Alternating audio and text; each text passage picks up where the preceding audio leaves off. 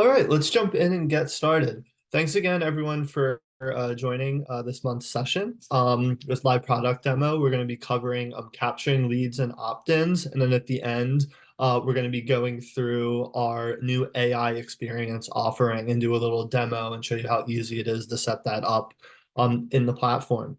Since we have a little bit of a bigger group this morning, if you do have any questions or anything as we go through the session, please feel free to just drop them in the chat. We have two separate sections here, one for Q&A around the capturing leads and opt-in section, and then one Q&A session for the AI demo.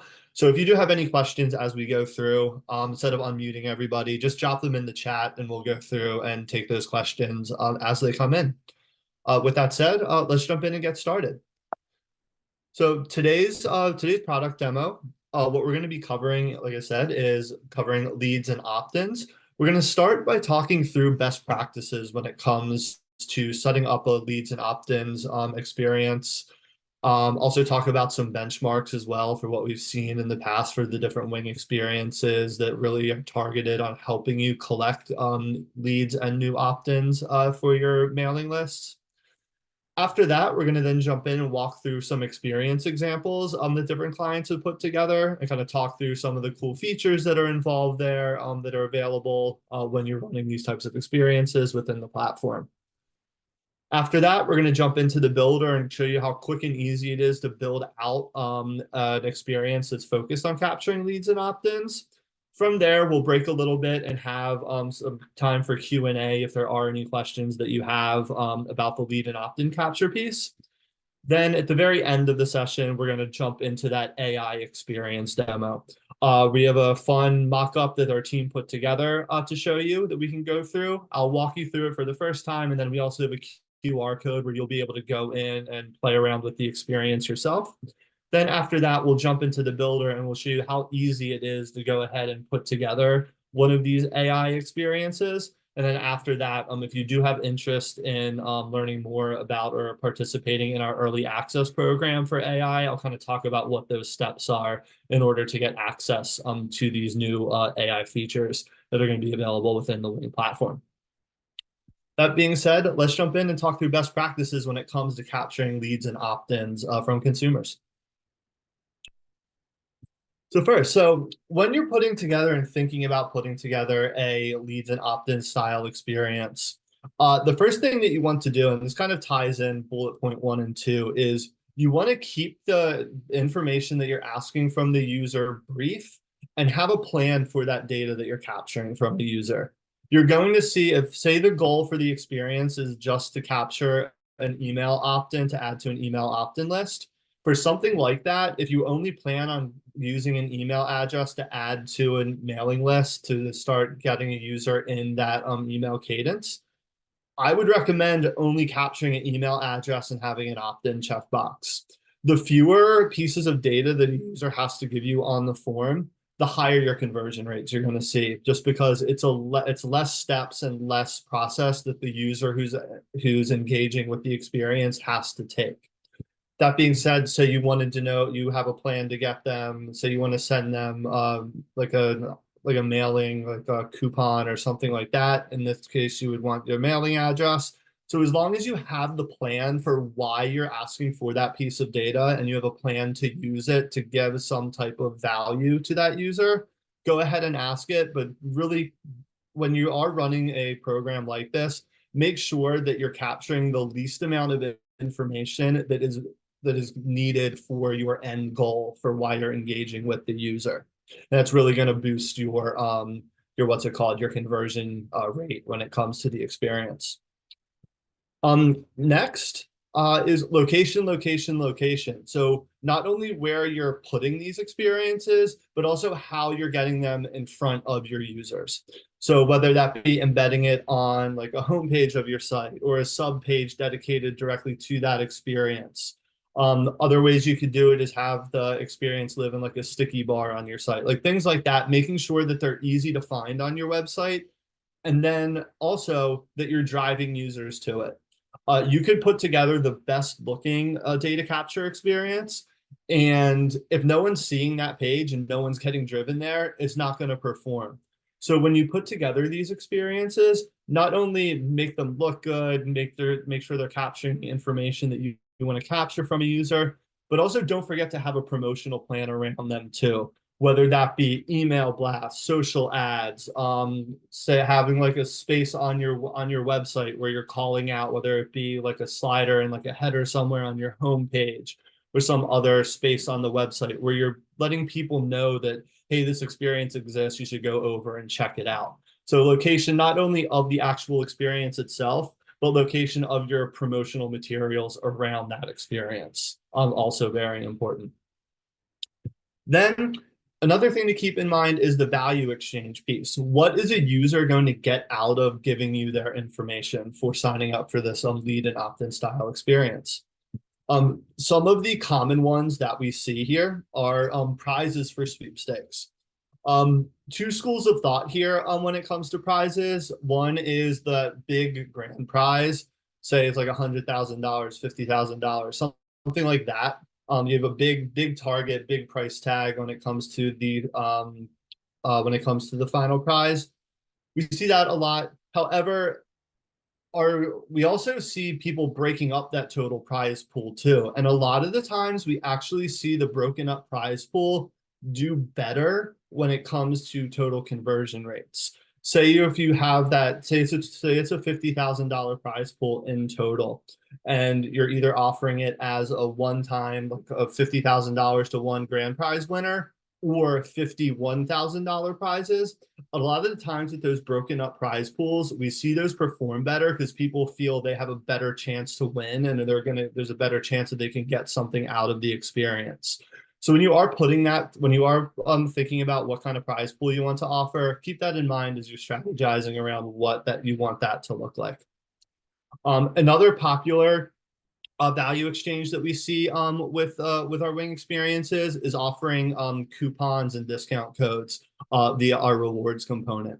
So you're able to upload prize lists or coupon lists into the Wyng platform where you can give users unique individual coupon codes. That'll help you on tracking on the back end to see which users have gone through and made a purchase or redeemed that coupon code. So you're able to upload those code lists into Wyng, and then after a user participates in the experience, we can then have that code presented to that user, either in kind of like an instant win style game where a user gets it right away. You can also tie that rewards component, and we'll see this in our examples, into some of our gamified experiences. So whether that be like a spin to win style experience or a scratch off, you are able to gamify those coupon distribution or discount code distribution experiences as well. And then finally, another value exchange, well, it may not be monetary, but either through like a prize or through a coupon distribution, is education materials around your product or brand. Say a user is taking a quiz and at the end of it, they sign up for a mailing list or something like that. You can give them on that result page additional information based upon the information that they gave you. Whether that be like, say it's a tutorial on how to apply a makeup product, or it's some kind of explanation or just some additional educational information about either your brand or product that they're interested in. The user's getting value out of that because they're learning how to either more about your product or how to use it in a more efficient way. So that value exchange piece is very important when it comes to rewarding people for participating in your experiences. And then finally, since you are capturing data from users, when possible, set up an integration with this experience to cut down the manual piece of having to go through, download that data from Wyng and manually uploading it into your into either your CRM, email system, CDP, whatever system you're using. Take advantage of the integrations that Wyng has to offer so you can have that data sent over to those end systems in real time. So you can then set up auto response emails, confirmation emails for participating in those experiences, things like that. We'll touch on some of the available integrations when we jump into the platform. But if you do have a system that you may not currently see in our integrations dashboard, feel free to reach out. We're always looking to add new integration partners into our offering. So glad to hear from everyone and talk through those systems that we may not currently have integrations to. Cool. Next, we're going to go through and jump into some benchmarks here. So for the different experiences, they're really targeted toward opt-in and lead capture from Wyng. The top one that we see is sweepstakes. And because of the high value exchange there, we also see that has the highest conversion percentage when it comes to the experience types that we see. And that's close to around 59% here. On average for non-Wyng experiences, we did some research on our side, and usually lead and opt-in experiences capture around that 30% mark for people that land on the page. Before our sweepstakes, we see them perform exceptionally high with that 50% average conversion rate when it comes to sweepstakes experiences run on the Wyng platform. Below that, you can run formed and survey style experiences. We see those also perform pretty well. Looped into forms and surveys, you can also have things like sampling programs, different things like that. And again, because of that high value exchange, we also see that 57% conversion rate. We can also do gamified and instant wins. That's also pretty high there. And then quizzes as well. They perform slightly above average for general sweepstakes. Reason we feel that way is that it's a little lower than like the sweepstakes and just the straight up form submissions is because quizzes do have a few more steps in them. So people may start the quiz and drop off just because you're asking a few more questions. But that being said, they still do perform pretty well. And not only are you getting the opt-in and lead capture data from a user, but you're also getting the answers to those additional questions that you're asking, whether it be like an onboarding quiz or a product finder quiz, something like that. You're also getting some preference data along with that lead capture as well. Cool. As we go through, let's jump in and walk through some experiences of successful lead and opt-in examples. So the first one that we see here was a flyaway sweepstakes that was run by University of Colorado in partnership with United Airlines.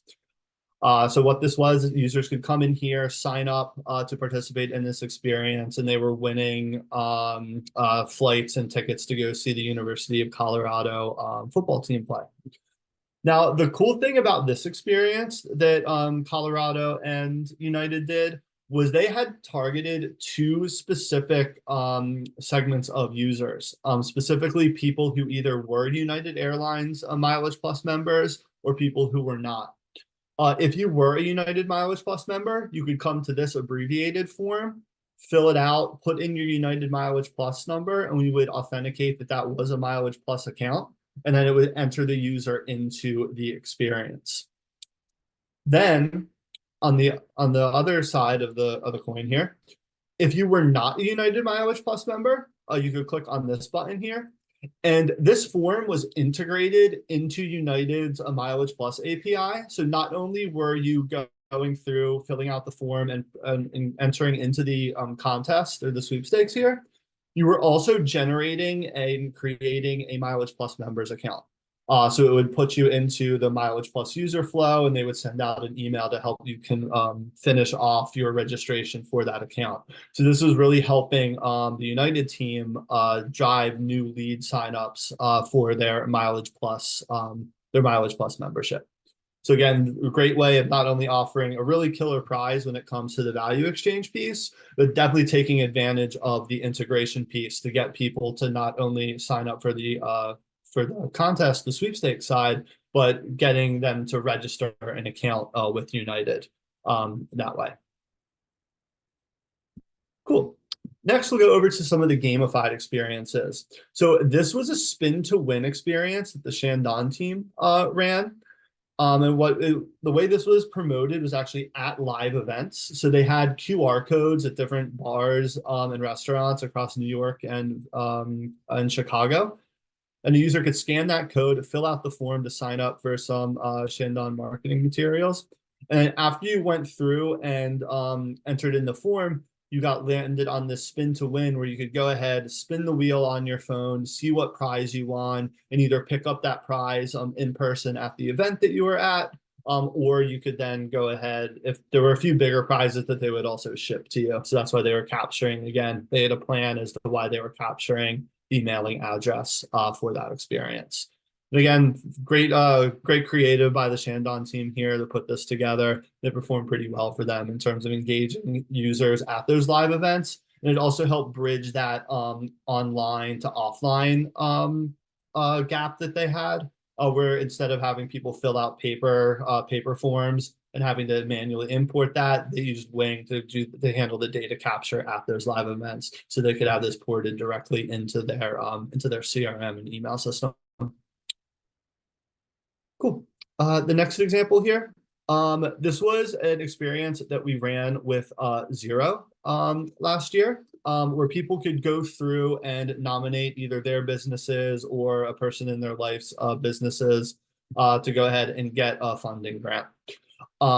And they would get some information. So this was not only helping the businesses by possibly giving them this grant, but it also did a great job of lead capture, because you had to put in the business information about either your business that you were nominating or the other person's business that you were nominating. So Xero had some information about your business as they were to market to you some of their other business funding opportunities or tools that they have to offer. So this is a cool a way to get not only lead capture of people who are interested in business funding, but also some additional background information that Xero could use to make sure that they were pitching the appropriate financial tool or financial product to those businesses.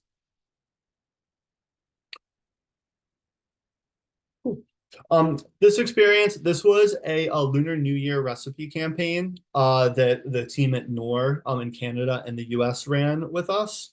People could go through and submit recipes for using NOR products. One of the cool things that with this experience that the NOR team took advantage of was the ability to run bilingual or multilingual campaigns with Wyng. So you'll see here, this one was in not only English, but if you clicked on this button here, it also had a Chinese version of the page as well.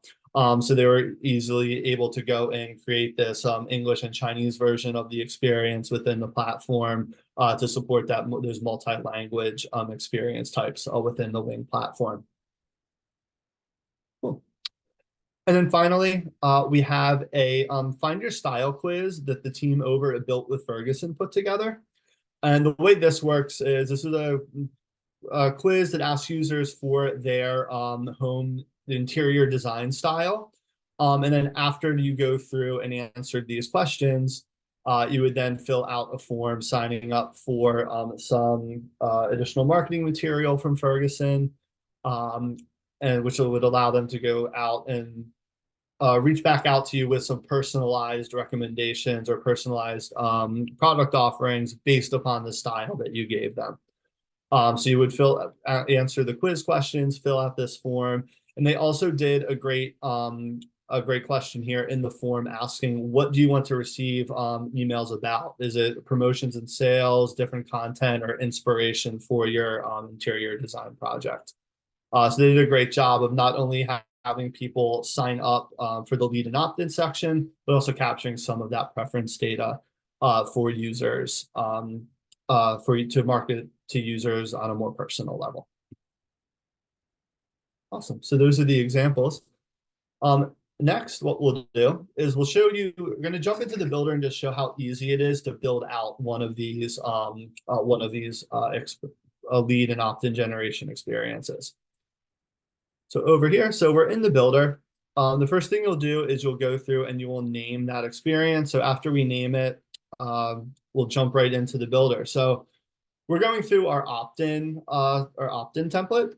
For this one, it's a very straightforward experience. All you're really going to need in terms of assets here are a banner image, your call to action, kind of explaining to users what they're going to be doing by engaging with this campaign or this experience, and then your form.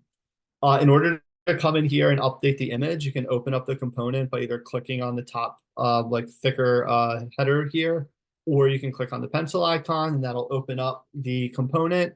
And then you can go ahead, upload your image or drag and drop your image on here to swap it out with our placeholder banner that we have here. Same thing when it comes to the text. You can open up that component. This is just your basic text editor that you can come in, update your copy. You can also very easily update like the font, update the color, sizing, anything like that in here. Once you're done with that, you can hit save. And then finally, you go through and you set up your form. So if you come in here, this is where you can set up not only the form style across the top, you can also set or rearrange the form fields here. So we start you off with a few basic ones like first name, last name, email, and your opt-in checkbox. You can also, if you do add a field here, you'll see we have various different field options to pick from. Some things like mailing address, birth date, gender. We also have some custom fields, so things like custom text boxes, drop downs, multi-select radio buttons, things like that. So you can capture a wide variety of different data with the Wyng platform. You can also come down here and say how you want to identify users by. The majority of the time that is email, but we also support if you wanted to use phone number, internal Wyng ID or an external Wyng ID, you can do that as well. You can also set up participation limits. So how many times a user can participate in an experience. So we have a few different options here that you can choose from. You can also put a max participation limit on an experience. So this is really comes into play around sampling campaigns and things like that. Say you only have 10,000 samples of a product that you want to give away. You can cap a Wyng form at that 10,000 number or whatever the number you want to enforce is. So that way you're not getting more signups than available samples. So a lot of different features that are available within the Wyng platform when it comes to setting up these data capture experiences. After you go through and add in all of your content, including like the creative and the copy and setting up your form, if you click over on the design tab, we also have the ability for you to go ahead and customize the design look and feel of the experience. So you can add in custom CSS if you would like to, or if you have any development resources, you are able to put in custom HTML, CSS, and JavaScript code into a Wyng experience. Not mandatory, but it is something that you are able to do. So you can work either in the Wyng platform as a technical resource or as a technical user, or if you're a non-technical user, we also give you the ability to update, say, like the page width, background color. If you want to upload a background image, you can do that as well. You can also set the text here. So you can set text color, font weights, different things like that.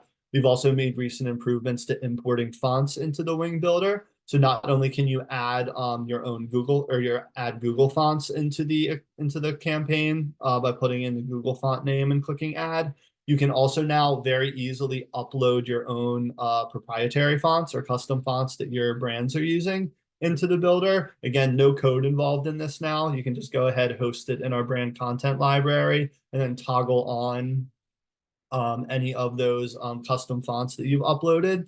After you've uploaded that custom font, anytime you see our font drop down, so either in this section or in any of our text editors, you'll also see that custom font that you uploaded. So you can very easily have non-technical users apply those custom fonts to a Wyng experience. You can also edit and customize the look and feel of the buttons in the experience in this section, and as well as what the input fields look like as well. Another cool feature that we've added, after you've gone through and made your selections or your settings for the design tab, we have this theme section where you can go ahead and save those settings for future use.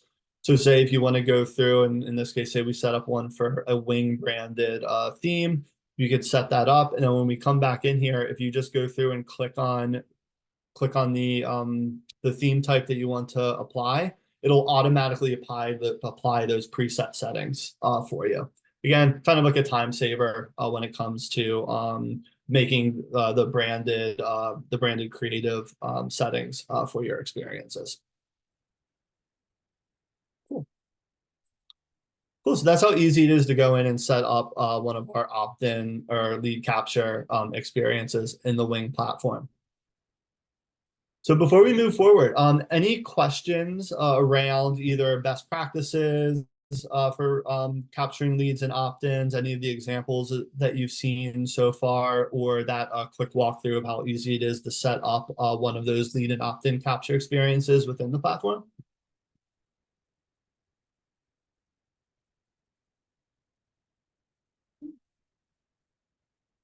Cool. No worries. So next, what we're going to do is we are now going to jump in and talk through the what's it called? Our generative AI capabilities when it comes to experiences. I think this brought a lot of people to the call. So very happy to talk through our Gen AI capabilities right now. The team's been focusing a lot on this, so huge shout out to the engineering team as well as members of the services team that put together these mockups and this working preview. And so let's jump into it. Cool. So, why Gen AI and what is a generative AI experience? So you can leverage an AI tool, so something like a Chat GPT or a Bard or something like that, to help create fun and personalized results for users. So the way they work is you can go through, ask a few questions, and then in the back end put together a prompt that will submit those answers to those questions to in this case Chat GPT, which will then go ahead and kick out a personalized result for that user. This really helps to engage audiences. It's a fun, unique experience for users. It can also help to power and capture leads and opt-ins for people or participating in these experiences, and also help build brand awareness. So what we're going to do next, we'll jump over and we will go ahead and walk through one of these experiences. 1 second, let me pull it up here. Where are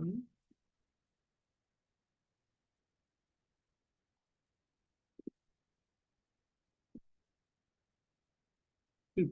Quick technical.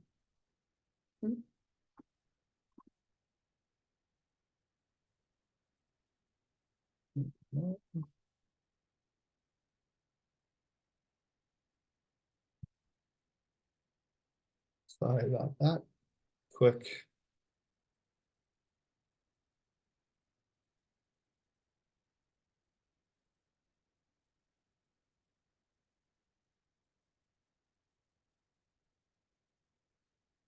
Here we go. Sorry about this, guys. Quick.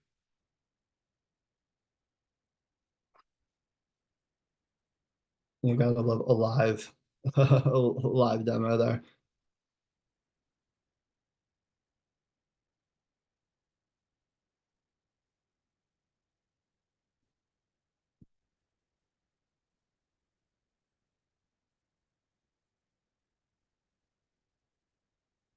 Perfect.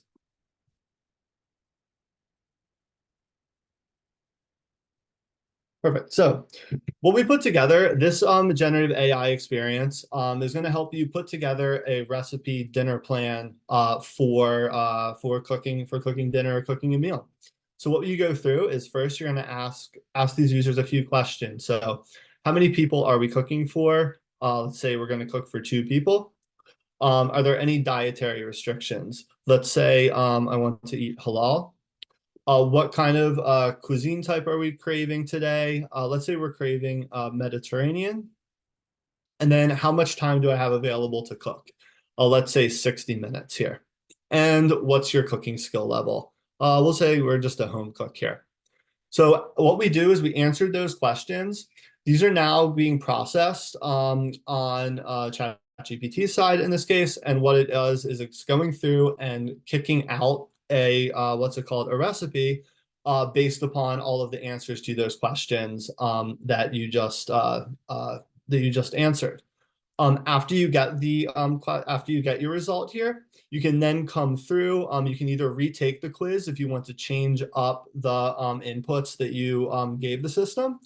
Alternatively, you can also remix the recipe. And if you click remix the recipe, it's going to go through and give you a new recipe based upon the answers that you provided.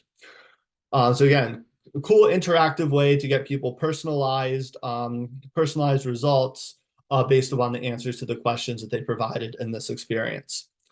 Now, if you want to try it out yourself, I'll leave this up on the experience here or on the screen here. What you can do, you can scan this QR code, give people a few minutes here to scan the QR code and play around with the experience yourself. So go through kind of, if you don't have dinner plans tonight, take a shot at maybe making the recipe that gets kicked out to you, or just go in and kind of play around with your result there.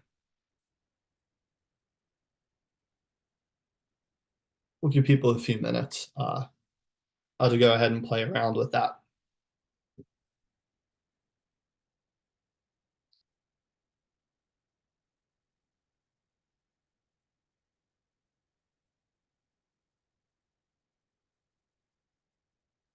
Cool. A few more seconds. And then after we go through, after you've played around with this for a little bit, what we'll do is we're going to jump into the builder and show you kind of the behind the scenes of how you go through and how you can configure an experience like this.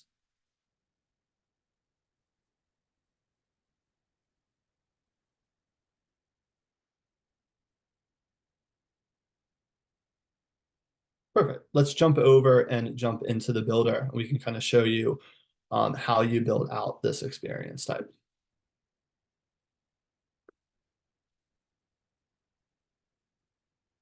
Perfect. So this generative AI piece is set inside the questions component. So the way it works is you'll go through and you'll put together the questions that you want to have submitted to ChatGPT.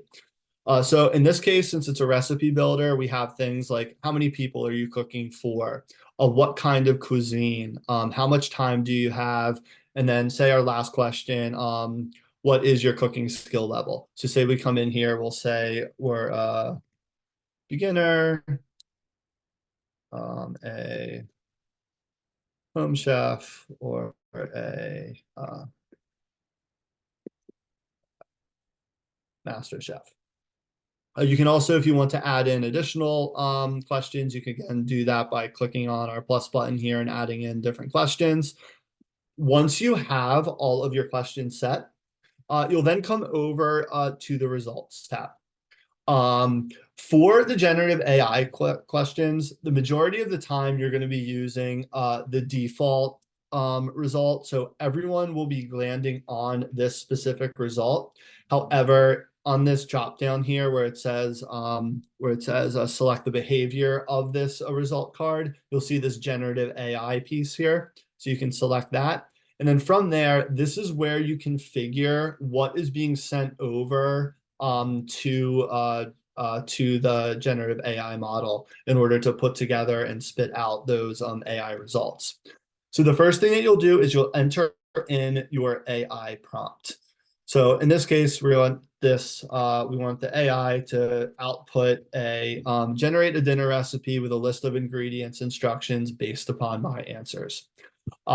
When you're working on putting together a generative AI experience, it's very important from the get-go to really test and flush out the prompt that you want to use. In this example that we're putting together right now, you'll see that there's very limited creative. When you're building out an experience, especially on the AI side, the most important part is really diving in and making sure that the prompt you're putting in here is kicking out the appropriate content or the content that you're looking for it to generate. You can do this by once you assemble and put together your prompt and you have all of your questions, running it through various usage tests on your side, whether it be you taking it over and over again or having like a small group on your side that you're doing internal testing with to see like what the results, like the language in the results, like the style and things like that. And that you're getting results that line with your brand and that you're comfortable with launching. So definitely go through, tweak the prompt as you go through testing, and that initial testing to really make sure it's a strong prompt and you're getting the appropriate and the desired outcomes from the AI system is very important when it comes to setting up one of these experiences. After you go through and you've tested out and you've put in your prompt here, you can then set the AI response template here. So this is just what is going to appear on that result page. So in this case, we're saying here is your recipe, and then in this the double curly bracket here, the generated content goes here. That's where the content that the AI spits out is going to appear. So that's pretty much it when it comes to the initial setup. It's really nailing that prompt and then putting together what the user is going to see when they land on the page. Down here, this is where you'll enter in your open API key. Wyng will provide some API keys for you for initial testing, and then we can kind of move forward with if you are interested in taking this live, we can kind of talk about what next steps look when it comes to the API key. You can either reach out to the support team, and they can flag internally to help you get set up on that side. Then after you go through and you've done your testing, and if you wanted to make any additional updates to the advanced settings, we do have an advanced settings section here that you can also access to. The first one is what AI model you're going to be interacting with. Currently, we have two options, ChatGPT 3.5 and GPT 4.0. The majority of the experiences that we've seen so far are going to be running off of 3.5. Some of the positives for using 3.5 is it generates the responses faster, and the API calls are cheaper. So we'll talk about kind of pricing and things like that in a little bit at the tail end, but the API calls for 3.5, they come through faster, less processing time, and are a little bit cheaper. 4.0, it does take a little bit longer to generate those responses, and the cost is a little bit higher than 3.5. Currently, we are only using ChatGPT. However, if there is another learned language model AI system that you want to interact with, let us know. Our team is more than willing to add in to those additional AI services or AI systems. So that if there is another system that you're interested in working with, let us know. We can kind of talk about what next steps look like in terms of implementing those systems into our current capabilities. Next, we have what's it called? The system prompt.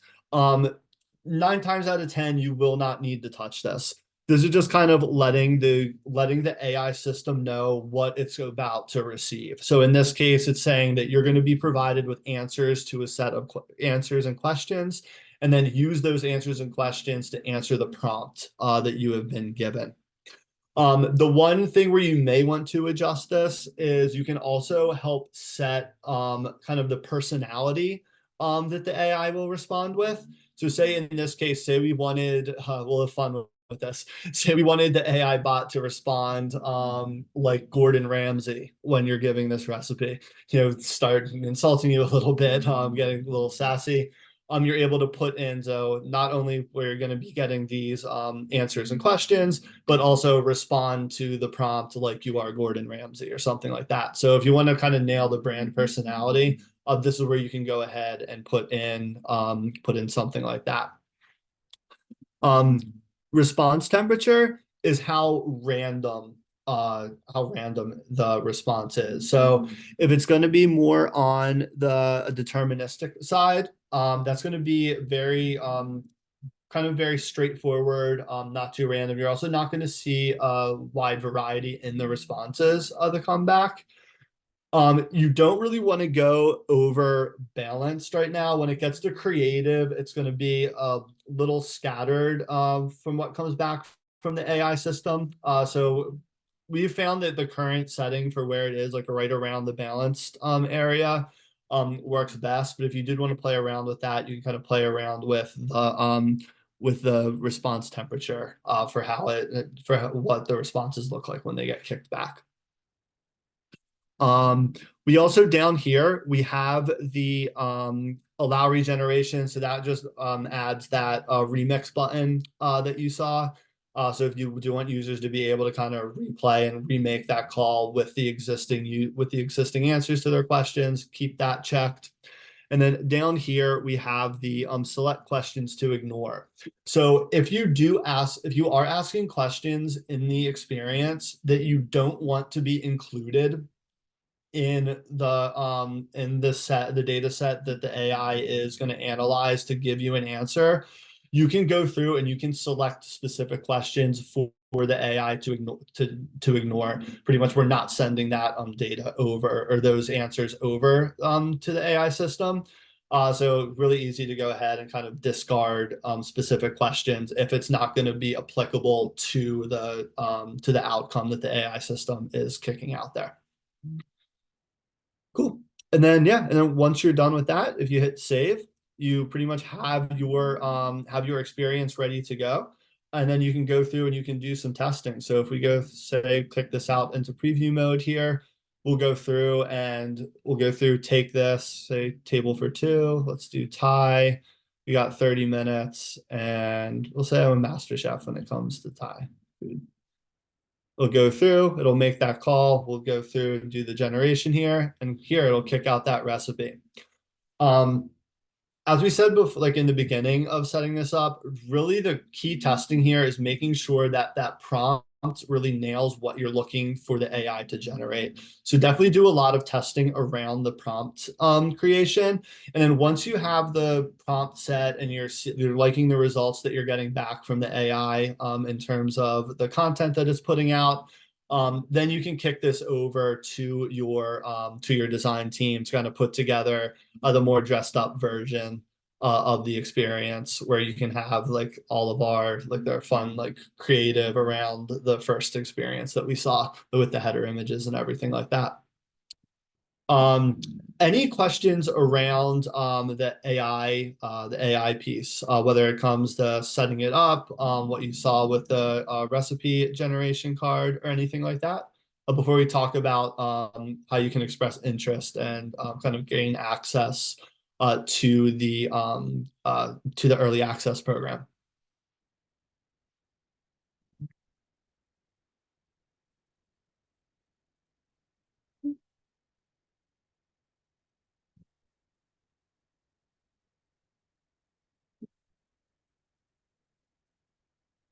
All right, cool.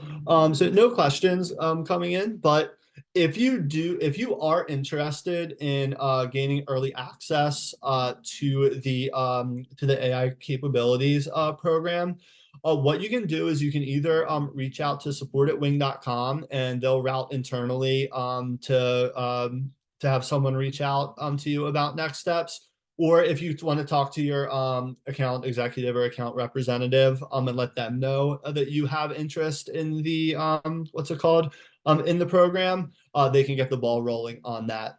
So just reach out to either, like I said, support or your account representative, account executive on the Wyng side, and we can kind of get the ball rolling on getting you access to the AI system and also kind of talking through on what we're looking for and kind of and working with you on these first AI experiences that are getting launched. We kind of walk you through what the program is going to look like in terms of working with Wyng on the consulting side for helping you put these experiences together, as well as working with us on possible case studies and like things like that.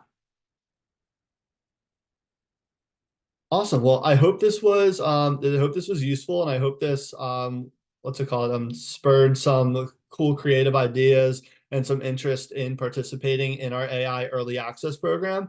Like I said, if you are interested, please reach out to either support or your account lead. We can kind of get the ball rolling on what those next steps are to get you into that early access program. Thanks everyone. Have a good rest of your week. And yeah, if you have any questions, feel free to reach out either to myself or the support team. We can handle any of those questions. Thanks a lot.